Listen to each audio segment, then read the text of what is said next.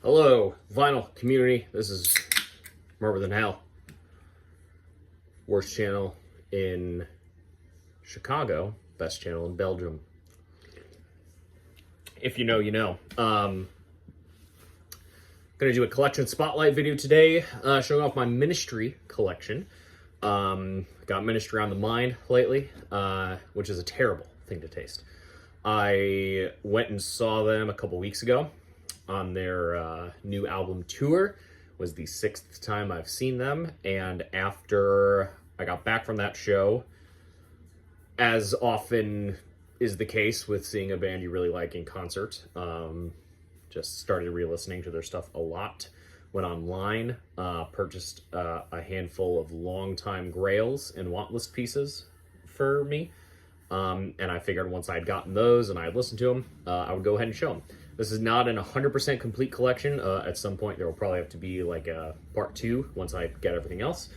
And I'm not going to focus on any of the soundtracks because for those of you who know Ministry very well, you know that Al Jourgensen has tens of different bands to his name. And I don't have all of those either. I've got a handful, but this is just going to be showing the Ministry by name releases in my collection.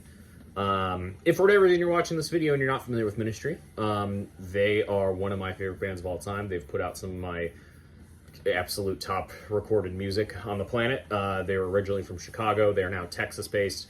They started off as a synth pop band and then became one of the most influential industrial metal bands ever. And that is one thing about Ministry that I always find so special, and is the case with a lot of my favorite bands, is that their sound is never replicated.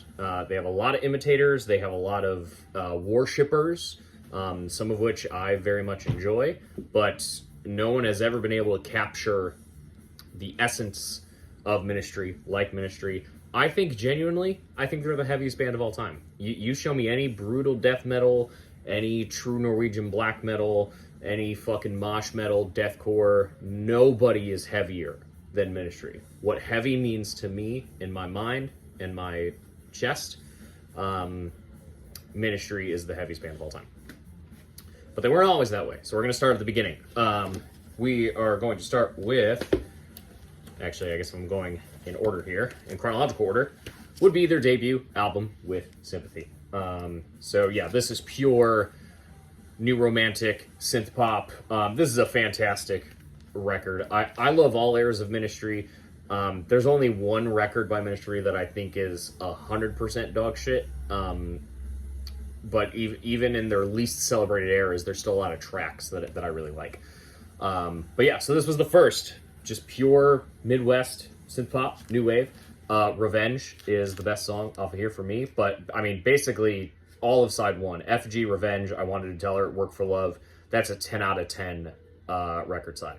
A few lesser known tracks on the B side, but a great record from 1983 on Arista. This is an OG.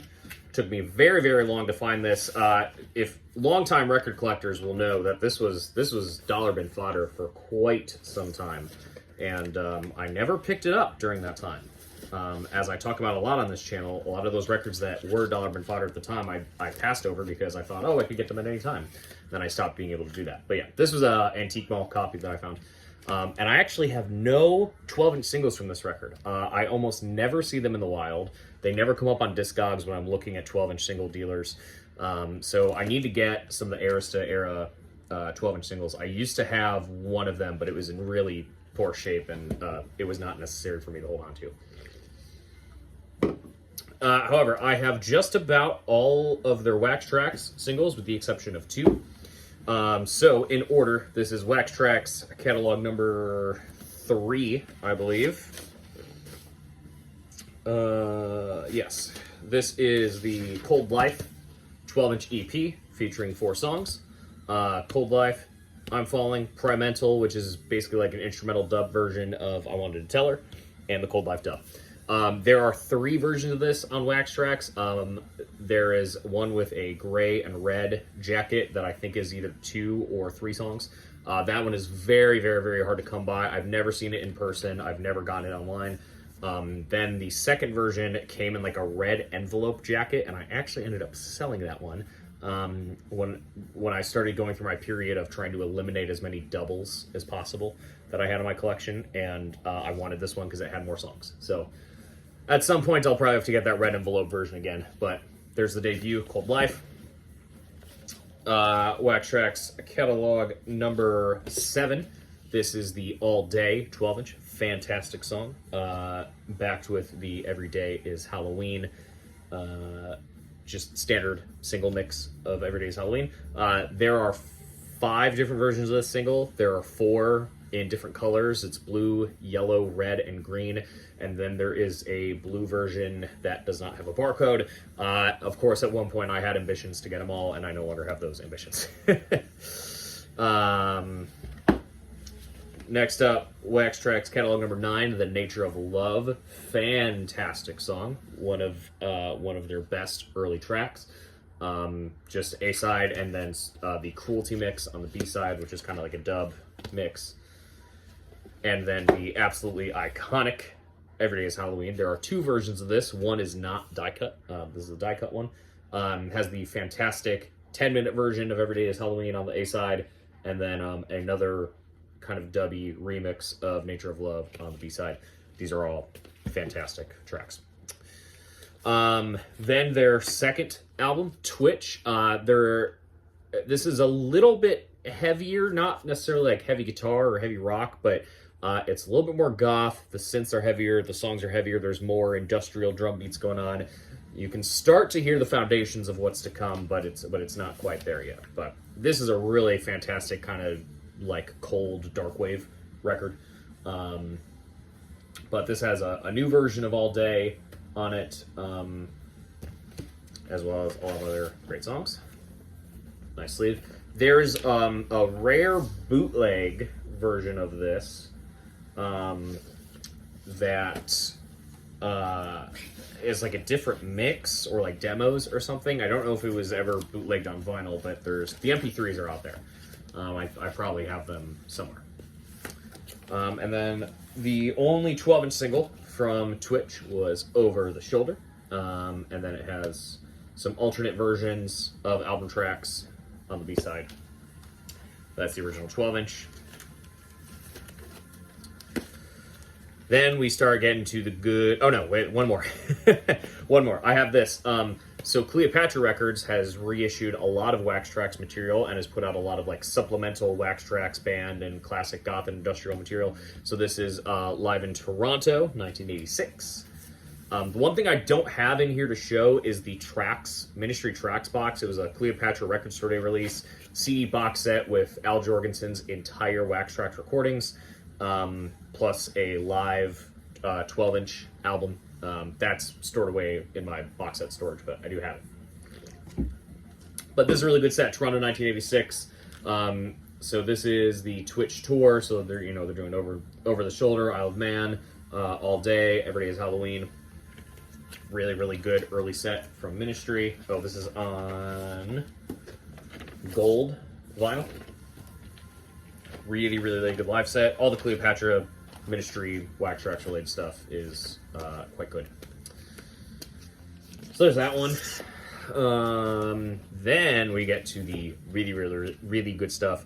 A trilogy of albums that is one of the best trilogies of albums in music, in metal, in electronic, in anything. Starting off with 1986's The Land of Rape and Honey, in a monolithic, hyper-influential release. At the time, I don't know if there was anything as heavy as this. I mean, you can make the argument about Throbbing Gristle or Eintracht Neubauten or something like that, but to me, I've never heard anything that sounds like this before this. This is a crazy record. Yeah. Incredible. This has Stigmata, The Missing, Deity, Land of Rape and Honey, all types of amazing tracks. And then the single was Stigmata, and then the B-side is Tonight We Murder, kind of one of the more oddball songs of the time. But an absolute Stone Cold classic. and from 1989, I believe. So this was one of the longtime grails that I ordered, an OG press of The Mind is a Terrible Thing to Taste. I've only seen this in person a couple times. It had been fetching some crazy prices online. I think the seller had this marked pretty low because of the jacket condition. I think the jacket is actually in quite better condition than they described. And that is a promo hype sticker. And that is a promo gold stamp. So I could not have been more thrilled. I played this the other day. It sounds phenomenal. Some days, this is my favorite Ministry record. Really, my favorite Ministry release is the Wax Trax compilation 12-inch singles. Cleopatra did a version of that on vinyl that I just don't have yet. But that has all the great, pre-Land of Raven Honey stuff. But as far as studio albums, this and the next one are my absolute two favorites. So this has Thieves, Burning Inside, Breathe, So What, and a handful of other fantastic songs. And there's the inner on that one. And then I shared this on Instagram as kind of a tease. But something I hadn't actually played in many years is the Burning Inside 12-inch single. It has an alternate version of that, alternate version of Thieves, and then a cover of Skinny Puppy's Smothered Hope. Al Jourgensen produced Skinny Puppy's second record. And for those of you who know, Ministry, Skinny Puppy, go way back. I'm not a Skinny Puppy fan, but it is all personal because a dude I really don't like, that was his favorite band. And a dude who was very unkind to me and made me never want to think about Skinny Puppy ever again. This is a Cleopatra release. This is live Necronomicon. This is a hard as hell double LP live release from the Mind is a Terrible Thing to Taste tour. This was originally released in 1990 under the name In Case You Didn't Feel Like Showing Up. It was a CD, a videotape. Somebody on Discogs claims to have a US original vinyl. We're pretty certain that it doesn't exist. I believe the only original vinyl of In Case You Didn't Feel Like Showing Up is a UK copy, or a UK pressing, rather. There's actual photographic evidence of that existing, and that is absolutely impossible to find. There is a Music on Vinyl reissue. I haven't decided if I'm going to get it or not, but I would rather wait to get the OG. And this has everything off of that, plus a bunch of bonus tracks, because that's a single LP. It's only 6 songs. It's only partial to the set. This is the entire set of that performance. So double LP, whole bunch of songs. They do some Palehead stuff, which was a Al Jourgensen side project on here. Jello Biafra shows up to do some Lard material, which was another Ministry side project. And like most Cleopatra releases, this has been pressed a crazy amount of times. I believe this is the newest one, Gold Black Splatter. Really good. This is like Ministry at the absolute top of their game. This is probably their best live release. They have a lot of live releases. I'd argue to bet this is probably the best. So if you can find this, or just listen to the original 6-track release, they're all very good. The second Grail I picked up was this, and I'd known about this for quite some time, but I'd never had the chance to get one, and finally did. This is the original pressing of Psalm 69, The Way to Succeed and The Way to Suck Eggs, their 1992 release. This has NWO, Just One Fix, TV2, Jesus Built My Hot Rod, and the title track. Again, and some other days, this is my absolute favorite album. There's a readily available Rhino 12-inch reissue of this that I hear nothing but great things about, but of course the collector in me and the Ministry superfan in me wanted the original. This is a UK, it's weird, so it's a UK only promo 10-inch of the entire album, but it was being used to promote Lollapalooza, which was a US tour. So I don't know the impetus, but because of the original sticker and then the 10-inch album on Warner Sire, this does sound good, but it's mixed really low. I have a receiver that's got the meters on it, and it barely is registering in the meters, but if you crank it, it sounds really good. So yeah, this was an absolute unbelievable find. And then something I've had for a while. It's not in the best shape, but it is cool because I found it really cheap many years ago. the 12-inch single for Jesus Built My Hot Rod. This has the extended mix of that track, which I think is probably Ministry's best song, or at least in their top 3. And then a single mix, and then the TV song appears on the B-side of that. There were also 12-inch singles for NWO and Just One Fix. One of those I think is actually a 10-inch as well, and I have not had the chance to find either of those. I've never seen them in the wild.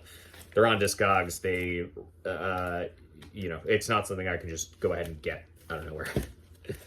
And then the last grail that I ordered this week, which is something I've been waiting for a long time, original press of Filth Pig.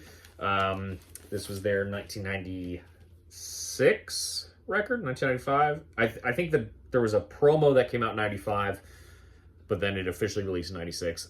This is one of their heaviest, gnarliest, most angry, like dirgy records in their catalog. It's really, really good. This, it's got a lot of punk energy. There's less mechanics on this record. Like there's way more live drums on this. The production is a little bit more sparse, but that makes it kind of creepier and heavier and just, sick. It's so good.